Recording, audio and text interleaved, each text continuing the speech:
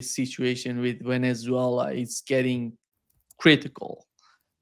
And today I want to talk about how Venezuela is connected with other cases in Ukraine, in the Middle East. But let's focus on Venezuela, on what's going on in Venezuela. And looking at the situation, Alex, many people would ask, what is going on in the mind of the Trump administration? What do they want from Venezuela? Here is what Donald Trump said in 2023 on, and it was June 11th, if I'm not mistaken, 2023. Here is what he said. Oil from Venezuela. When I left, Venezuela was ready to collapse. We would have taken it over. We would have gotten all that oil. It would have been right next door. Yeah. But here we are in 2025 on October, and you see the senators, everybody's coming out and, Maduro should, get out of his country. He's dead. He cannot do anything. And here is the senator, the American Senator Rick Scott, talking about the situation with Maduro. I'd head to Russia or China right now. Because? His days are numbered. Something's going to happen. Whether it's internal or external, I think something's going to happen. The firepower that's off the coast, right? This is an armada. This is a lot of U.S. forces. Are we about to invade Venezuela? I don't think so. I mean, if we do, I'd be surprised. Yeah. What has happened in terms of the Russian partnership with Venezuela? We've learned yesterday, all of a sudden, we've learned that Putin ratified the partnership between Venezuela and Russia. And we've learned other important, event that has happened was the Russian aircraft previously linked to the Wagner Group and currently known as the known to transport mercenaries around Africa, arrived in Venezuela yesterday. What are we gonna face in Venezuela? What are we gonna see in Venezuela, in your opinion? I think that we're seeing an attempt to redo the same scenario that was played out in Libya and the same scenario that was played out in Syria. Place the regime under siege and weaken them until the point where you can maybe topple them with the help of mercenaries.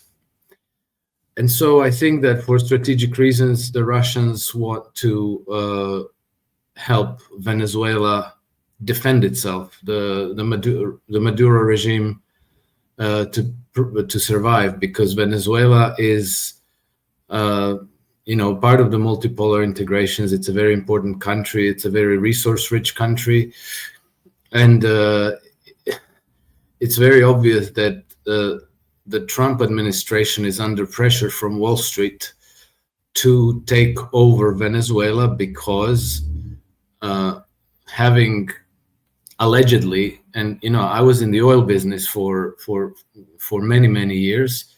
I don't believe anything that's out there in terms of official numbers, but the official numbers are that Venezuela has 305 billion barrels of crude oil reserves.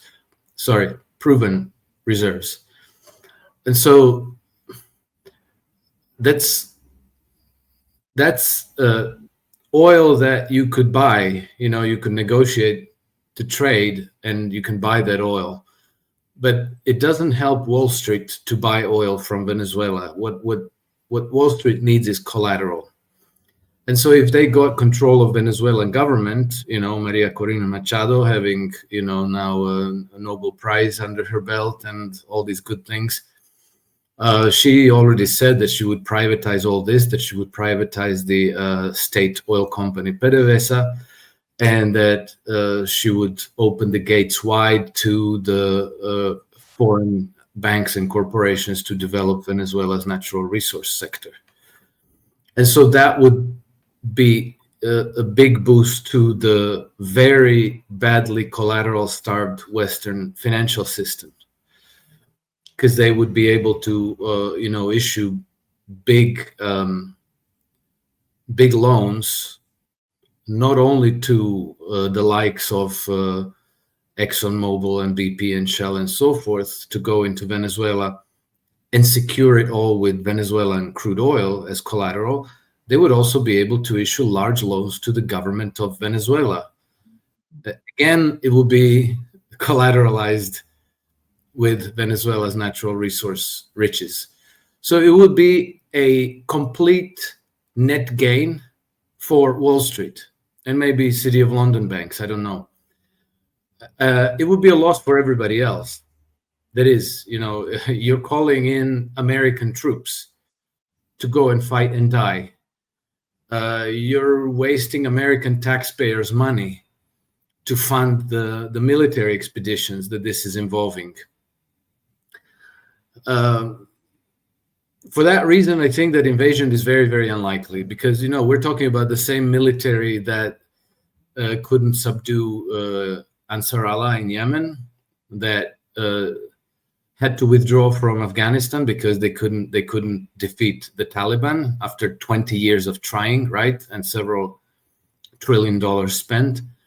So I think that they are unlikely to try. And I think that a large part of the reason why is exactly the Russian anti-aircraft weapons, the Su-34s, the anti-ship missiles that the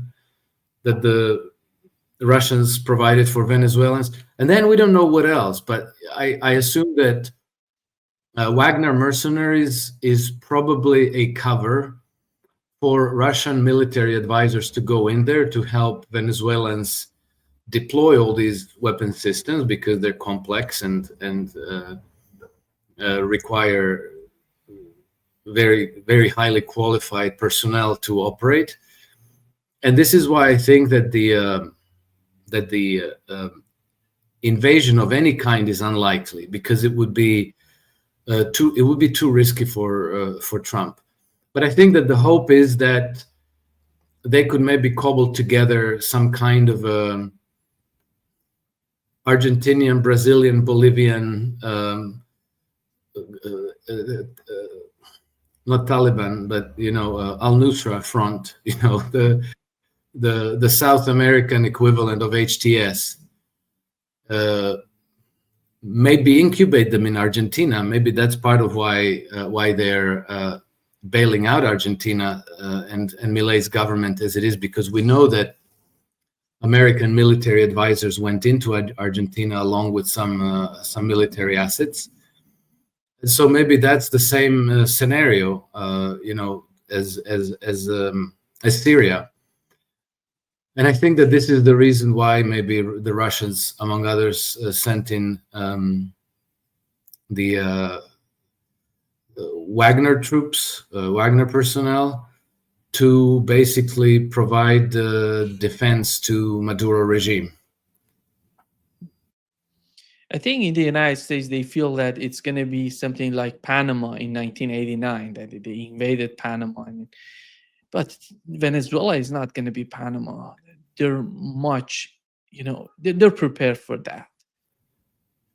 No, I doubt that they're that stupid, Nima.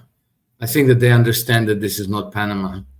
Venezuela is, first of all, it's a very large country. Second of all, it's kind of like Vietnam. It's covered in tropical vegetation.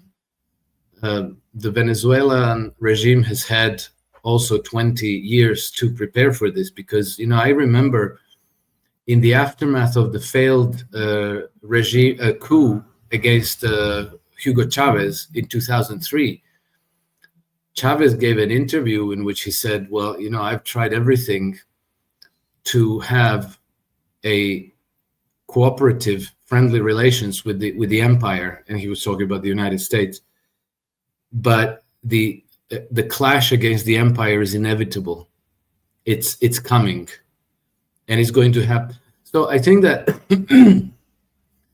already back then in the early 2000s, they knew that this was coming. So I think that they have been preparing for this, and they are probably well prepared for it. Now, that doesn't mean that they couldn't go the way of Bashar al-Assad or Muammar Gaddafi. But I think that it's going to be very, very tough. And it's going to be very, very tough because, among other things, they tried already 3 times. So the 2003 coup, then there was a coup in 2019. If remember when we had Richard Branson organizing a concert to cross the border in Colombia, and they did all that, and that failed.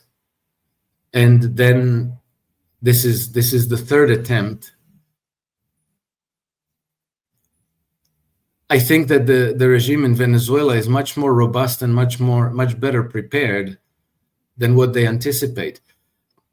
And also being under attack allows Maduro regime to maybe conduct certain kind of purges to consolidate his regime that would be politically very, very difficult to do in absence of such a threat.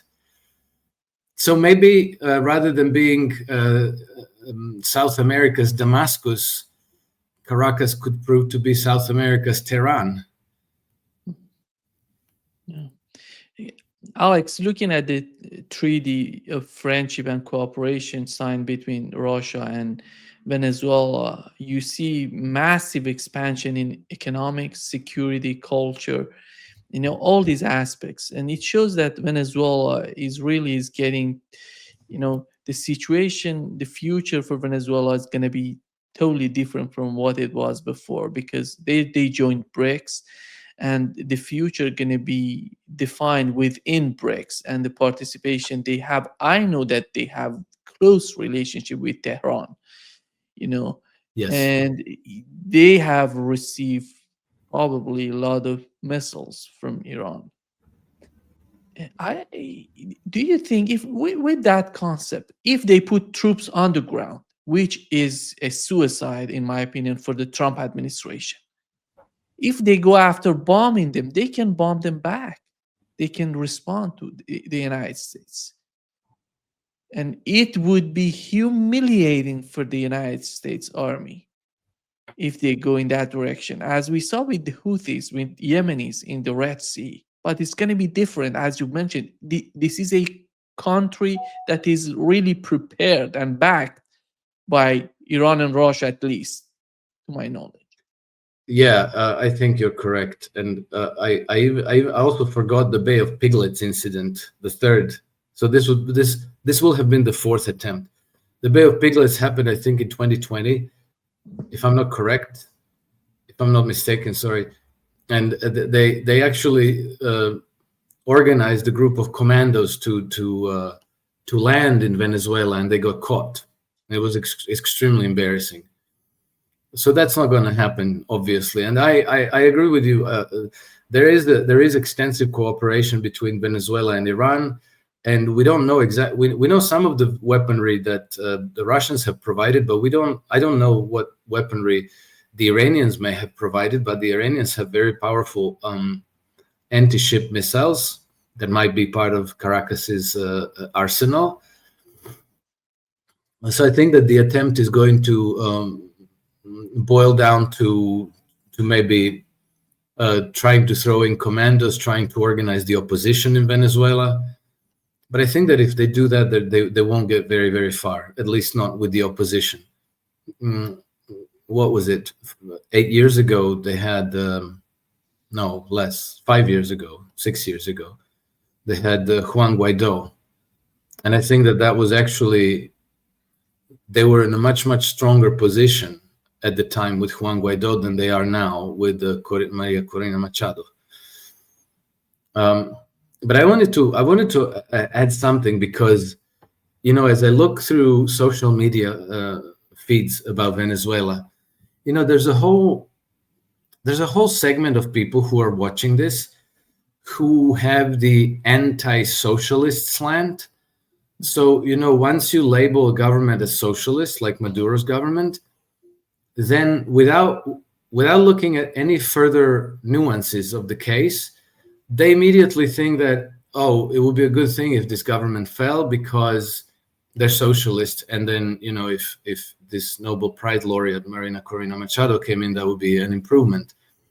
I used to live in Venezuela before Chavez, and they say now they're saying that the poverty rate in Venezuela is 70%, which may be true, but Venezuela is under extremely draconian sanctions imposed by the United States. Back when I lived in Venezuela, which was 1993, 1994, 80% of Venezuelan people lived under the poverty threshold of the World Bank. So it was worse than it is today, and there were no sanctions. They were the darling of the United States because they were under the right-wing dictatorship of Carlos Andres Perez and Rafael Caldera and who not. These were all puppet regimes of Wall Street, and Venezuela was essentially a colony of Wall Street. And still, it was 80% poverty rate. I had colleagues at work who were literally unable to read and write. And I haven't visited Venezuela since the 1990s, but my understanding is that certain things have improved in spite of the draconian sanctions. The literacy rates have increased dramatically. Certain services like healthcare and education are free and available to all people, and the markets appear to be decently well supplied. Regardless of the propaganda, Venezuelan supermarkets are well stocked with food. So it's not black and white. People say, "Oh, Venezuela used to be such a wealthy country before socialism came." Well, it is still a wealthy country, but the people in Venezuela, if their poverty rate is 70% today, 30 years ago it was 80%.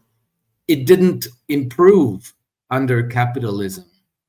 It was simply a Western colony where they extracted natural resources, oil, gold, cocoa, coffee, and stuff like that, and invested nothing into the civil society, into the nation's infrastructure. Everything was privatized: post office, transport, water systems, trash collection. Everything was privatized. Nothing functioned correctly. So this idea that Venezuela is falling apart at the seams because socialism, it's not true. It's not correct.